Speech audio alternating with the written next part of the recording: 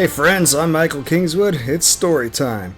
And I am really late. Like 2 weeks late. At least.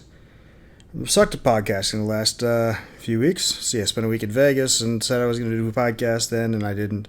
Then I did a week in Philly and said I was going to do a podcast then, and I didn't. And now I'm back and I'm finally doing it. No, okay. Sorry. Suffice to say, life's still going pretty well in the writing world. Still winning at the Great Challenge. This week is week 20. Already got my week 20 story in progress, and we'll get that nailed out. So we'll do 20 weeks in a row writing a story, getting it in, and that's pretty awesome. And I decided I'm going to take a break from the routine that we've been doing the last few times. I'm not going to read from the Pericles Conspiracy this time. I'm going to take a little break from that just for this 1 week, and I'm going to read the story that I put up on the Infinite Bard at the beginning of this month, and I think I told you about it. My story, Doppelganger. I've been meaning to... It's already published, and I just wanted to do it as an audiobook because I've been meaning to put more audiobooks out there. I've slowed down on that the last few months, and you can see audiobook revenue has been going down because of that. And since it'll be many weeks till the Pericles Conspiracy is ready to be put in an audiobook, I figured I would just do a shorter one this week. I really want to record a short story a week for audiobookization because I've got enough stories I can do there for a while. But the podcast forces me to do it when I'm actually good at doing the podcast. So this week we're going to read Doppelganger. It's a science fiction mystery, and hopefully you like it. I'm not going to spend any more time on this since I've kept you guys waiting so long for the latest podcast. Just get right to it, get to the story, and I'll talk to you again on the flip side. Hope you enjoy it. Doppelganger, a science fiction mystery written by me, narrated by me. The ER waiting room could have been transplanted from any hospital, anywhere. Incoming patients sitting in various stages of boredom on the cheap chairs surrounding vid screens as they waited to be called back to triage. Obviously worried families huddling together, looking over at the orderly station every few minutes, as though willing some news to appear as if by magic. Triage nurses, with harried looks about their eyes, processing the seemingly endless flow of people, and the orderly holding court behind her counter, a bored and slightly irritated expression on her face. A chubby man in jeans and a t-shirt turned away from the orderly station as Ben and Devon approached and maneuvered with an obvious limp toward a nearby chair, where he settled down with a half-groan to wait. The orderly watched him depart for a second before turning disinterested eyes on them. "How can I help you?" Ben fished his badge out of the inner pocket of his overcoat. "Detective Sergeant Mulcahy," he said, and he nodded to Devon, who had produced his own badge. "Detective Abrams." The orderly's expression immediately changed, becoming guarded, almost worried. She swallowed and glanced away from them toward the rear corner of the waiting room. Of course. She tapped the data pad on her workstation and looked down toward the screen. Speaking softly, she said, "The police are here." A brief pause, then she nodded and looked up at them. "One moment, detectives. Thank you." Ben moved away from the counter. He looked over toward where the orderly had glanced, and saw a couple in their early 30s, well-to-do from their clothes, sitting alone and holding each other close as though afraid something would drag them apart if they let go. Disbelief and fear showed clearly on their faces, the same as on half the other faces in the waiting room. Ben frowned. Dispatch had been fairly vague about the problem here, just that the ER staff needed assistance with a patient. Not the sort of thing detectives generally get sent to, so why detectives? Ben turned to find a short, skinny man of about 50, wearing scrubs with a stethoscope hanging around his neck and an ID badge on his left breast, approaching them briskly. He held out his hand when he came near. "I'm Dr. Jefferson." Ben shook hands and introduced himself and found the doctor's grip firm, but cold. After exchanging pleasantries with Devon, Jefferson gestured for them to follow. "Come with me, please." They went through a set of swinging double doors, then down a typically drab hospital hallway that turned right after a couple dozen yards. Coming to a halt before the door to an treatment room, Jefferson looked at them seriously. "Neither of you are squeamish, I hope." Devon snorted. Ben just shook his head. As many crime scenes as they'd seen over the years. Jefferson nodded, then pushed the door open and led them within. She was brought in earlier this evening. She'd been playing and stumbled off the sidewalk right in front of a car. The doctor shook his head with a sad frown and stepped over to the room's single bed. A small girl, preteen from the size of her and mostly covered by the standard white sheets that all hospitals seem to use, lay there, motionless. By the time she got here, her heart had stopped. The paramedics were performing CPR as they wheeled her in, but she was not responding. He reached her bedside and placed his hand on her head, which was turned away from the door so Ben could not see her face. We got to work on her, but she was just too far gone. I had just called time of death when we saw... Jefferson stopped and, taking a grip of the girl's blonde hair, he pulled his hand up. The girl's scalp and part of her face pulled up and away from the head, skin and tissue parting easily. Ben found himself cringing for a second, until he saw what lay beneath. Devon's sharp intake of breath mirrored Ben's own. Lights glinted off silvery metal that the girl's flesh had covered. Cracked metal. Wires and what looked like part of a circuit board poked out through the crack, and it was clear this was no girl. "She's a robot!" Devon exclaimed. Dr. Jefferson nodded gravely. "But how?" Ben asked, breathlessly. He had heard of these sorts of things, even seen one in a museum once, but the construction of androids had been outlawed for decades. Jefferson shook his head. No idea. He let the scalp fall, and again the thing on the bed went back to looking like a normal, dead girl. The doctor turned to the wall next to the bed and tapped a control, bringing the wall's display to life. But I ordered a full medical scan. The construction is really quite detailed. On the wall, images showed the picture beneath the girl robot's skin. Actuators, pistons, skeleton. Ben lost track of it all. "This is real skin over the skeletal structure," Jefferson said. He pointed at a roundish sack-looking thing in the abdomen. "This appears to be a mechanical stomach, and here is a heart." He pursed his lips appreciatively. "So it could eat and excrete enough to keep the skin alive and appear normal. And look at the skeletal structure. The bones have micro-actuators within them. So she would actually grow," Devon said, sounding stunned. The doctor nodded approvingly. "The designer went to a lot of trouble to make it appear as human as possible." He paused. "I suspect it would even pass a routine medical exam." Ben wet his lips and found he could not tear his gaze away from the images on the wall display. No mystery why he had been called in now. Any idea where it came from? The doctor opened his mouth to reply, but an elderly nurse hurried into the room, interrupting him. She looked even more harried than usual for a person in her job. "Doctor, the family is asking about her... it." "Again," she said, gesturing toward the thing on the bed. "They're causing a ruckus." It all came together then. "The couple in the corner?" Ben asked. The nurse glanced at the doctor, then nodded. "Her parents." "Or at least, that's what they think," Devon said, his tone suddenly grim. "And that's the other reason we called you," the doctor said. "I have no idea how to handle..." He left the rest go unsaid. Ben traded looks with his partner. How in the hell was he supposed to tell those worried people that their little girl wasn't just dead, but that she wasn't even a little girl at all? Yeah, he always got the short stick. Ben sighed, then straightened, squaring his shoulders. "Let's get it done," he said. "Tell me about the parents." Captain Lois Kinsley was nothing if not direct. In her mind, the most likely suspect often ended up being the perp.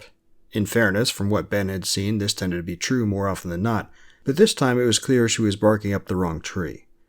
He and Devon stood in her office, a small cube on the 3rd floor of the 16th precinct that she had tried to make homey with a potted plant in the corner and pictures of her family on the walls. It didn't work, especially at a time like this, discussing a case like this. "They're clean," said Devon. He'd been checking that all morning. "We've got birth certificates, pictures, videos, financial records. They, no kidding, gave birth to Emily Westerson 11 years ago last May and have been raising her happily ever since." He frowned. "Until now." The captain leaned back in her chair and matched Devon's frown. "So you're telling me someone took a real little girl and replaced her with this... thing?" Ben's turn. He nodded briskly. "I've been talking with the robotics experts. I guess it's not very hard or expensive to make a device like that. It's just illegal. The hardest part would be behavior. Someone would have had to perform a complete neural workup and memory download, otherwise no one would believe it was really Emily," the captain finished for him. "So what are we doing? Uniforms are canvassing their building, her school, her friends' houses, the places she went routinely. Devon and I are going back to their apartment this afternoon. I figure someone must have bugged the place. to monitor the android's performance, if nothing else. Problem is, we don't know how long the android's been in place or why, so we have a lot of people and a lot of places to check, and that's just going to take a while. Don't leave any stone unturned, the captain's brows furrowed. I don't have to tell you, this has some important people very concerned. We're getting a lot of latitude to work with on this one, but once the press gets word... She left the rest unsaid, but Ben had no trouble imagining the fiasco that would turn into. Ben, look at this. He turned away from the girl's bedroom window and its view of the quiet suburban street below and moved over to where Devon sat in a small white and pink desk near the head of a similarly colored four-poster bed. Devon had the girl's workstation open and had been sifting through her browsing history while Ben did the physical search. So far, there had been nothing to show for it. He peeked over Den's shoulder at the display and frowned. What am I looking at here? Devon snorted out a half laugh. IP addresses. Didn't you learn anything in school? He'd learned plenty, but that techie stuff always made his head spin. He didn't bother answering, he just kept glowering at the display. Devon glanced back at him and smirked, then pointed at one line about halfway down the page. Most of her browsing is the usual things you'd expect from a girl her age, and it's consistent for the last 6 months, but this is different. He tapped at that line, and an information tab opened up. Ben felt his frown growing deeper. Techniplay? What's that? No idea. Never heard of it before, but she went to it twice 2 months ago, then again last month, and then weekly starting 2 weeks ago. He turned in his seat and regarded Ben with a single dark eyebrow rising high on his forehead. Coincidence, you think? Ben crossed his arms over his chest and shook his head. Technoplay ended up being easy to find. It was listed in the local business directory and located downtown, catty-corner from the most popular shopping mall for miles. Ben examined the place as he and Devon got out of their ride. A 2-story white cube, featureless except for a large hollow sign displaying the company name amid flashing lights and made-up explosions, and windowless except for wide, transparent doors beneath the sign. It looked to be doing brisk business. A steady stream of mostly teenagers, with a smaller number of 20-somethings thrown in the mix, entered and exited, all chatting away and laughing as they came and went. Ben shared a look with Devon. Popular place with the kids, looks like. Yeah. Devon couldn't keep the suspicion from his voice. Ben didn't blame him. Inside, Technoplay was a single large room with workstations lined up in rows and cubicled off from the neighbors. It looked like any number of 100 different tech cafes Ben had visited over the years, with one exception. The customers, again mostly kids, all wore a sort of helmet getup that was wired into their workstations. Ben couldn't see any touchpads, hollow interfaces, or old-fashioned keyboards anywhere in the place. Interesting. The customer service desk stood to the right as they entered, a white countertop manned by a bubbly young redhead in a tight t-shirt with a picture of a battle robot or some sort over it.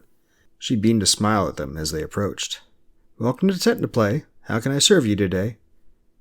The way her shirt was straining, Ben was sure Devon could come up with a number of fun answers to that question. For his part, Ben was too old to be chasing after floozies like this one, and besides, they were here on business. He pulled out his badge and showed it to the girl, and immediately her smile faded into seriousness. We'd like to speak with your manager, please. She nodded and tapped a control pad behind the counter. Just one moment, officers. Thanks. They turned away from her and went on studying the room and its inhabitants. Nothing seemed out of the ordinary, except for the age distribution of the clientele. Most tech cafes had a mix of people as customers, but from the look of this place, Devon was probably older than everyone here, which made Ben feel positively ancient. A couple minutes passed that were punctuated only by the passage of half a dozen young people in and out of the cafe, and then finally a door that Ben hadn't noticed before in the rear of the room opened, and a man in khaki pants and a dark blue polo shirt walked out and veered toward them. He stood out, both from his height and his age. He was only a couple of years younger than Devon, so in his mid-30s probably, and he had to be almost 7 feet tall. Ben stood a healthy 6'2", and he found himself craning his head back to look at the guy in the eye when he stopped in front of them. The new arrival glanced over at the redhead quickly, then looked Ben and Devon over in a manner that said he was sizing them up. Ben tensed. He had seen that sort of evaluation a number of times right before things got ugly. But then the man smiled affably and held out his right hand for a shake. Officers. Blake Caldwell. Ben took his hand and found his grip surprisingly limp for a man of his size. Detective Sergeant Ben Mulcahy. Are you the manager? Caldwell paused to shake Devon's hand before answering, Owner and general manager. What can I do for you? Devin spoke up. Would like to speak with you about one of your former customers. He glanced over at a group of youths who were just then walking in the door. In private. Caldwell's brow furrowed, but he nodded, that affable smile still in place. Come back to my office. Sorry, detectives, but I don't believe I've ever seen this young lady before. Caldwell handed Emily's hollow image back to Devin, a contrite expression on his face. But then, so many people come through here on a daily basis. He didn't finish the sentence, but instead waved toward the door leading from his rather cramped office back to the main cafe floor. Ben hadn't expected the man to actually remember her. Still, it didn't hurt to confirm it. We'd like to access the records of her visits here. Caldwell blinked, and his lips compressed. Sure, do you have a warrant? Christ, not this game. We can get one, Devin said, but that would take a day or two, and time is of the essence in a missing persons case. We were hoping you'd be able to help us out here. Ben usually let Devin take the good cop role. He was good at it. But Caldwell wasn't budging. He shook his head, contrition returning to his face. Sorry, detectives, but we deal with very sensitive, personal information here, and I take my customers' privacy very seriously. He tried to smile again. I want to help you, as soon as you get that warrant. Ben suppressed a sigh. What do you mean personal information? This is just a tech cafe. We're more than just a tech cafe. We use a unique, patent-pending interface system that fully immerses the customers in their gaming experience.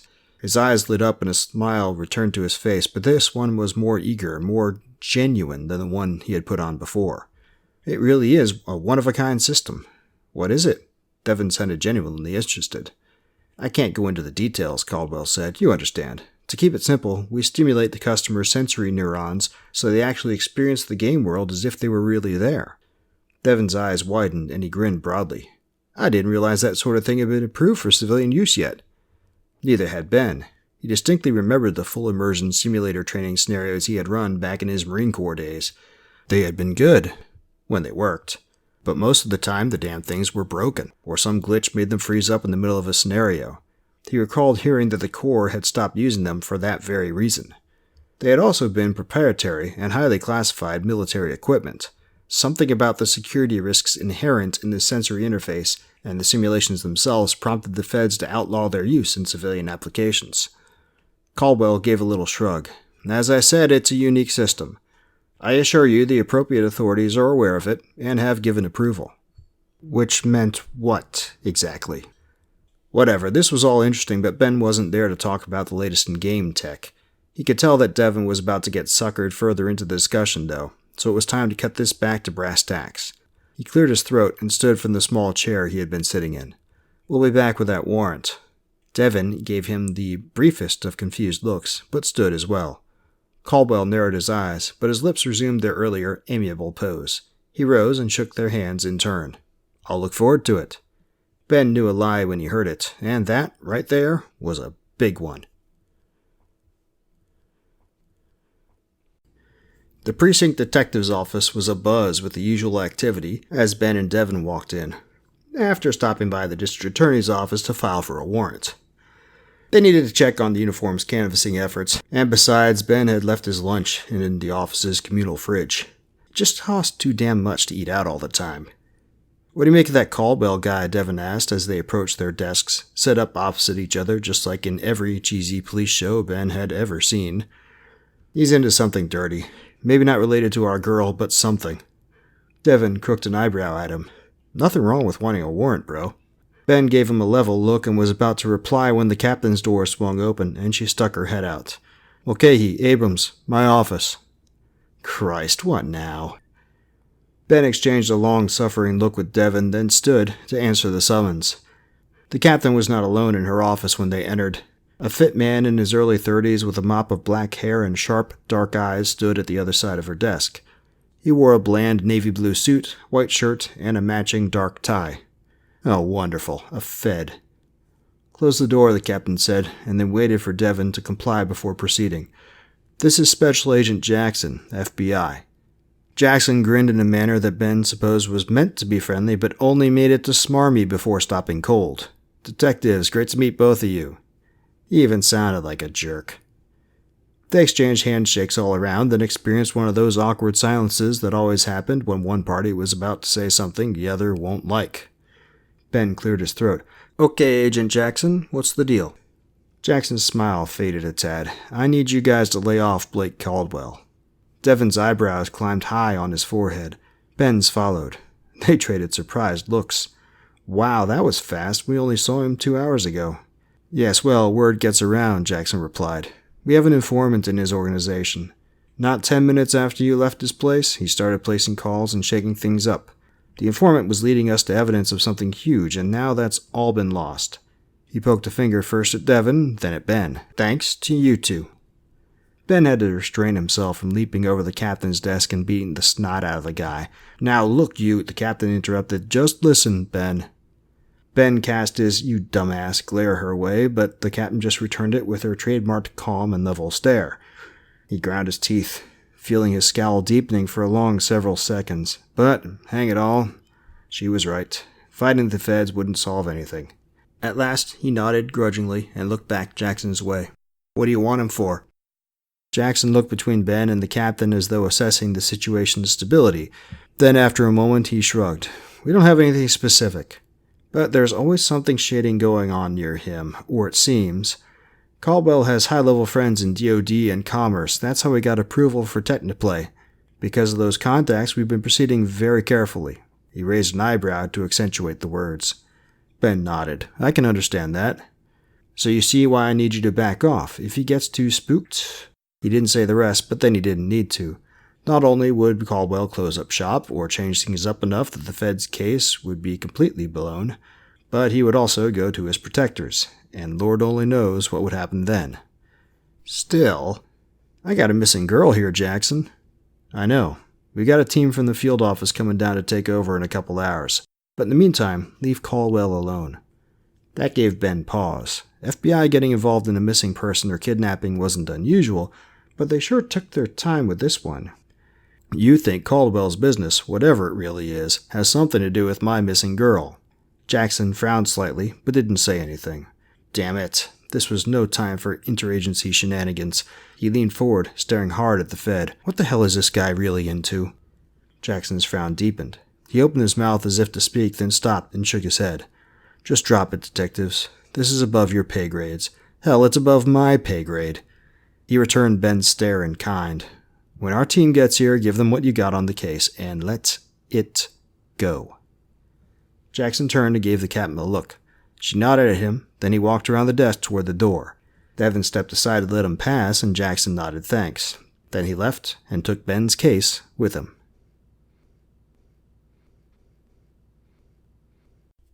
"We're not really going to let the feds take over, are we?" Ben just looked at Devon and said nothing. His partner took a sip from the coffee cup that sat on the table between them, then raised a single eyebrow. "Didn't think so." Ben hid his determined smile by taking a drink from his own cup. They sat in a small corner coffee shop about 3 blocks from Technoplay's building. It was one of those cozy little places that had been passed down through the family for generations and had the decor and spirit to match. Or at least that's what Ben preferred to think. In reality, it was probably brand new, owned by a corporation and professionally done up to give it that homey feel. Better not to think about that. "So what's the plan?" Ben swallowed and lowered his cup. "Did you see Jackson's reaction when I asked him about Caldwell's link to Emily?" Devon nodded. "Tonight we follow him home, stake him out. Then we keep on following him until he leads us to what we need. Might take a while. I doubt it." Ben looked out the window toward the street beyond and the people going about their afternoon activities. "Remember what Jackson said? Caldwell's pulling up stakes, covering his tracks. He'll move quickly because he knows we're onto him. And that's why he'll make a mistake." It took less time than Ben thought it would. The first night was the usual uneventful, downright boring stakeout routine. The day that followed? Just the same. But this evening was different. Caldwell had departed Technoplay later than he had last night and did not go home. Instead, he drove to the far side of town, to a small diner that looked like something out of the 6th decade of the 20th century, all chrome and neon lights, with booths inside and drive-up ordering stations outside.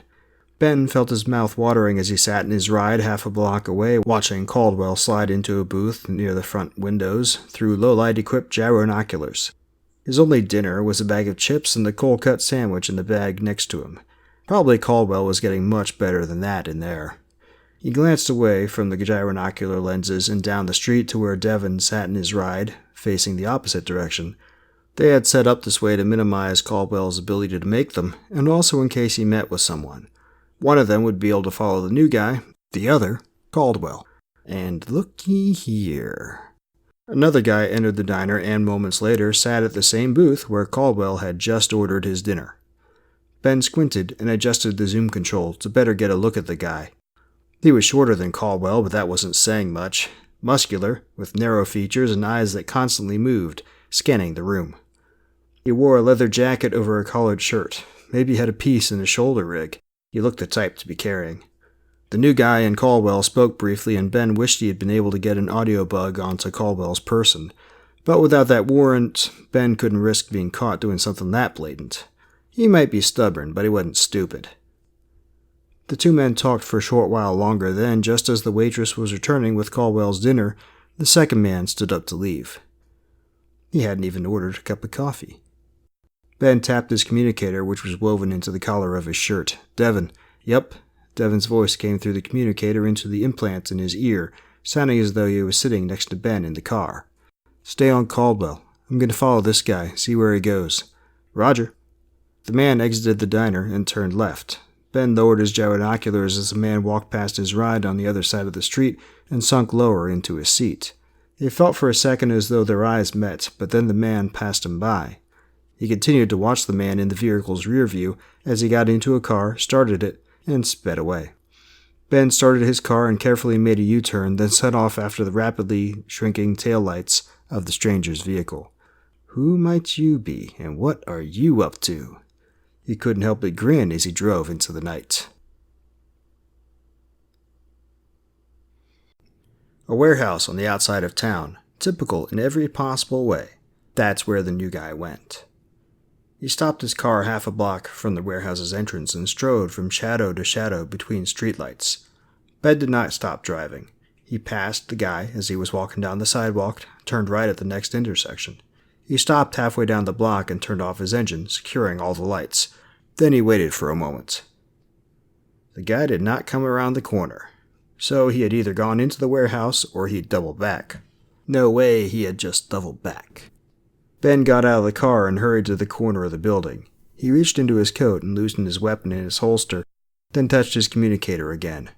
Warehouse at the corner of Hollister and Voltaire. What's Caldwell doing? Devon's voice came back. Finished dinner and went home. Want I should come out to you? Ben thought it over for a few seconds. It would certainly be better to have Devon along as backup, but it would take half hour at least for him to get there. And what if this guy was a red herring and Caldwell did something while Devon was away? No, stay there. I'll let you know what I find. You sure? Devon sounded doubtful. Yeah. Raj. Ben peeked around the building's corner. No one in sight. He straightened himself and squared his shoulders, then he stepped around the corner and walked toward the warehouse's entrance. The doors were locked, but no way was he going to let that stop him. He circled the building, hopping the fence that separated the loading docks at the rear from the side street, and crept up to the garage doors. All were shut, but there was an ordinary door off to the right of them. Locked, of course, but it was an old-fashioned mechanical lock. Ben knew how to deal with them. A few minutes later, Ben was inside.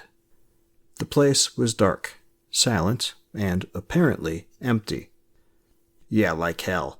Ben fished into his pocket and pulled out his gyronoculars. He fastened them over his head and turned on low-light mode. Immediately the place sprang into view, apparently flooded by green-white light.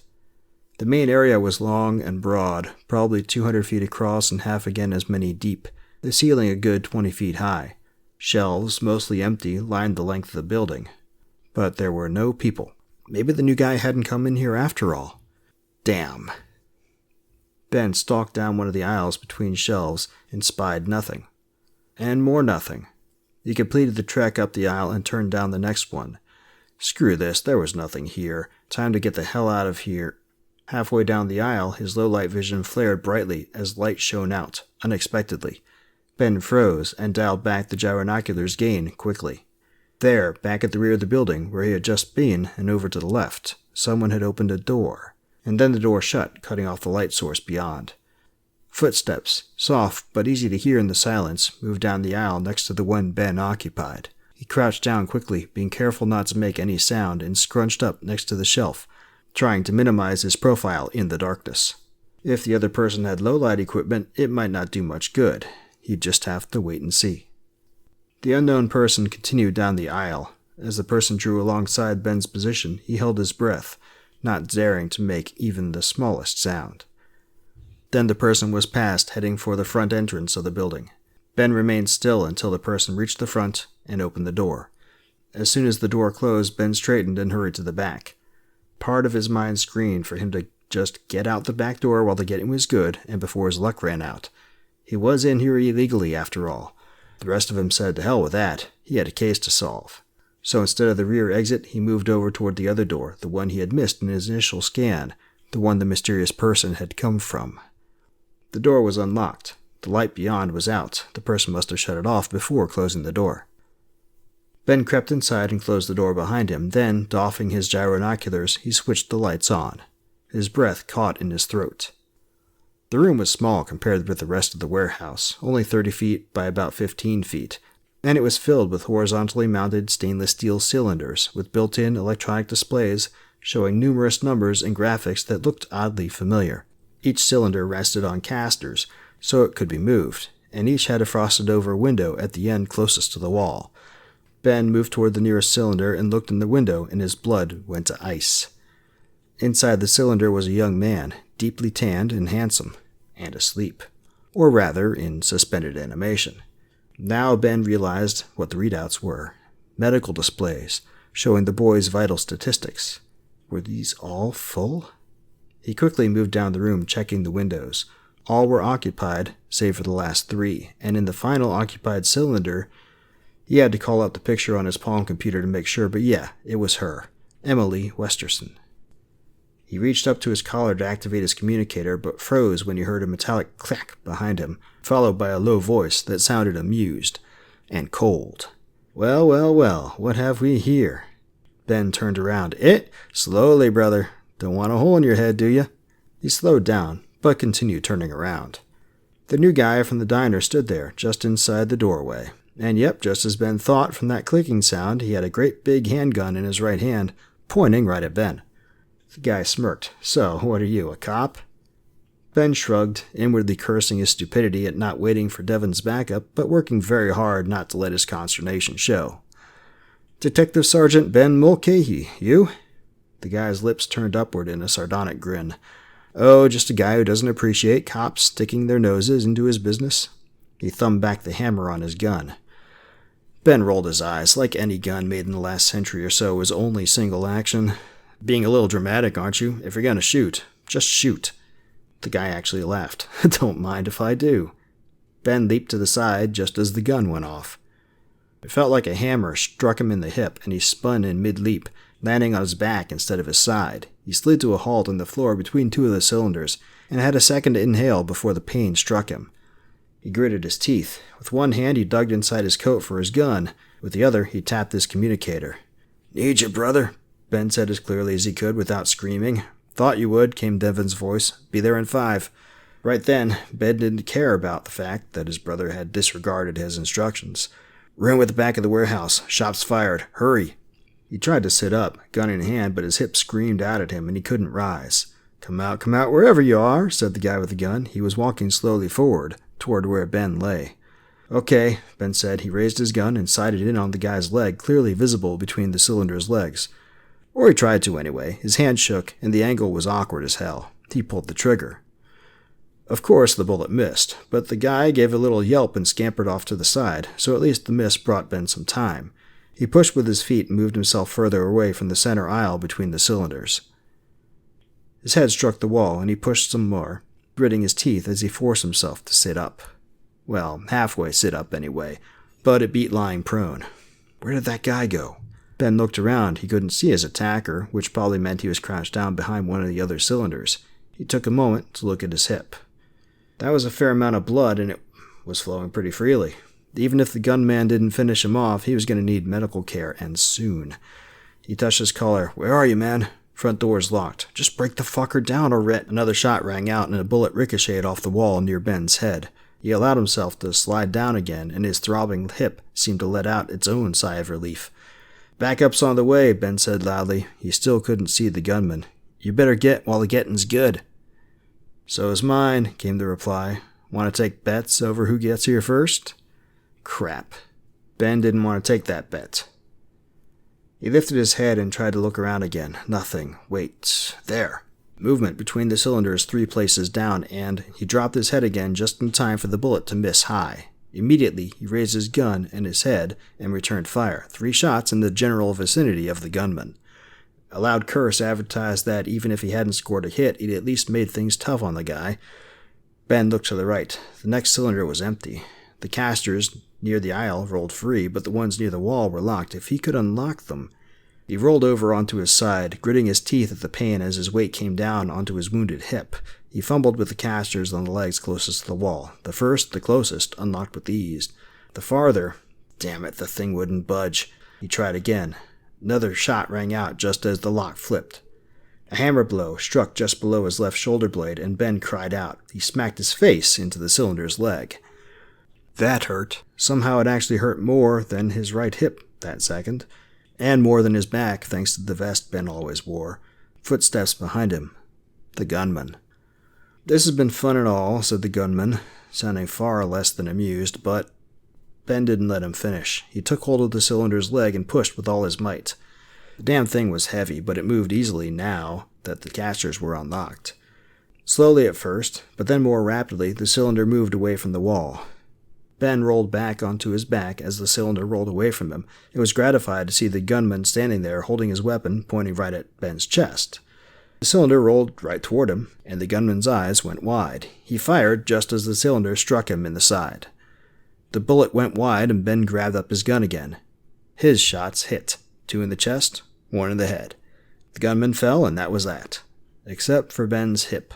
That hurt like a son of a bitch. Loud crashing from outside, and Devon's voice came echoing through the building, calling his name.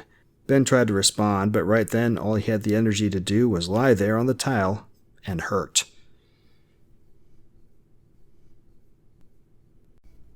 Hospitals suck. Ben had always known it, even though he'd managed to avoid spending time in them up until now. But they really suck when you're in traction. The gunman's bullet had shattered his hip, and though surgeons had worked hard, it was going to be many weeks before he would walk again. Hell, he might not ever get back to 100%. Then again, looking across the room at the face of the captain, he figured not being able to run any marathons in the future might be the least of his worries. She was pissed. Breaking and entering. Surveilling a citizen without a warrant. Trespassing. Interfering with a federal investigation, added Jackson, who stood next to her, his face making her thundercloud expression look like a sunny day. And rescuing dozens of young people, Ben said. Might as well go down swinging. Both sets of scowls grew, if possible, even deeper. Before they could continue, Ben rolled on. You said yourself he was about to pull up chalks. If we waited around, we could have lost Emily and all those others. From their changing expressions, he saw they knew he was right. So you going to tell me what was really going on? Jackson, grudgingly, nodded. In some other less civilized countries, and on some of the colony worlds, there is a demand for labor. Ben scowled. For slaves, you mean? Yes, slaves. Both manual workers and other service providers. Sex slaves, he meant, but he was apparently too delicate to say it. I'm in a special task force combating trafficking in persons. We'd identified a supply route, but we weren't able to determine where and from whom they got the people. But you suspected Caldwell. His company, yes. Not necessarily him personally. We've encountered other cases of android substitutions elsewhere in the country. You can imagine why we kept it out of the press. We looked at Technoplay because the sensory stimulation he uses requires an intimate understanding of a person's neurology. It all clicked together. And getting that understanding allows them to do a neural workup, and once that's done, they could download memories while the kids were playing, without them ever knowing about it. And all that was left was to switch one of them out and replace her, and no one's the wiser, right? Jackson nodded again. They target their advertising to teenagers and young adults. The demand is highest for people in those age ranges. Of course, we couldn't shut them down because we had no real evidence, and Caldwell had his friends in high places. Ben sighed. It was the same old story again. Politics as usual. Did you get him? Jackson frowned and shook his head. No. The man who attacked you must have clued him in because he fled that same night, hopped the private jet and was out of the country before he could even try to have the FAA ground it. By now he's in a non-extradition country somewhere, but at least we've shut his operation down. He suddenly grinned viciously. I've heard through the grapevine that those high contacts of Caldwell's are doing quite a tap dance to avoid being named as accomplices. At least they'll be taking down a peg or two. And those kids are back home, or soon will be, the captain interjected. All is well that ends well, I suppose, Ben said, relaxing back onto the mattress of his bed. If you don't mind waiting until I'm healed to put me in jail, though, I'd appreciate it. The captain rolled her eyes. You know better than that. This thing's all over the net now. No way we could put you in jail even if anyone wanted to. Yeah, that's about what I figured. Ben looked from her to Jackson. So now what? Now I get back to work. You managed to shut down this supplier, but there are others out there. He looked awfully tired all of a sudden. And all of a sudden, Ben didn't feel quite so good about himself. How many other kids like Emily and the others were out there stolen away from their homes and doomed to lives of servitude? There was nothing to it but to fight on, though. Give a ring if you need any help, Jackson. He tried to grin, but next time, do a brother a favor and fill him in on what the hell's going on before he gets shot, okay? Jackson snorted out a quick laugh. Will do. They shook hands. Then with a final take care, Jackson left the room. The captain watched him go, then turned accusing eyes onto Ben. You know you're not ever to do anything like this again, right? What, no more rescuing kids? She just looked at him. He was stupid to not wait for backup. You knew it. She knew it. But was she actually going to make him say it? The tense silence lasted for most of a minute. Then finally, she shook her head. Just don't do it again. Yes, ma'am. Okay, so that's the story. Hope you guys liked it. Obviously, as you can tell, this podcast is going to be longer than I usually like to make them. I like to keep them about a half hour. We're past that now, so I'm not going to spend too much time babbling at you here. But as always, please do spread the word about the podcast and the videos here and about my work. Tell your buddies. If you haven't liked and subscribed and all the other things you can do with podcasts and videos, please do that. Tell all your friends. If you like the story, go pick up a copy. Obviously, the best place to get it is straight from me because I get more money that way. But you can also find it on every ebook store and soon every audiobook store. And I haven't done the print version yet, but I will. And then if you'd like to show a brother a little love by picking up the story you already just heard, that'd be great. If you like what I'm doing, don't want to buy the book, but you do like what I'm doing, like listening to the podcast, want to help continue it, since, it does take time, go by my website, michaelkingswood.com. Got the supporting sponsorship membership page there where you can get some goodies in exchange for throwing a little bit of cash my way. Helps maintain the site, maintain the podcast, and keep things going in a good direction. So that'd be cool. Otherwise, do tune back in here next week, and I promise we'll get back on schedule of things, and we'll continue on with the Pericles Conspiracy, since we're actually right at the halfway mark on that book now. You need to knock that out, get her done, so we can get A, so you guys know what happens to the story. You can stop standing on eggshells, but also, so I'll have a really long audiobook to put up, finally. That I've been wanting to put up for a while. That'll be good. So hey, it's Friday. It's Labor Day weekend here in the States. Hope all y'all have a fun long weekend. I'm gonna have a fun long weekend because I found out today my car needs a new crankshaft. But hallelujah, Kia has the kick-ass warranty, so I don't have to pay for it. It's great. But I am going to have a rental car for the weekend. Yay! Or for the foreseeable future. So that's fun. Anyway, again, hope you liked the story. Please spread the word. I'll talk to you next time. Till then, don't do anything I wouldn't do.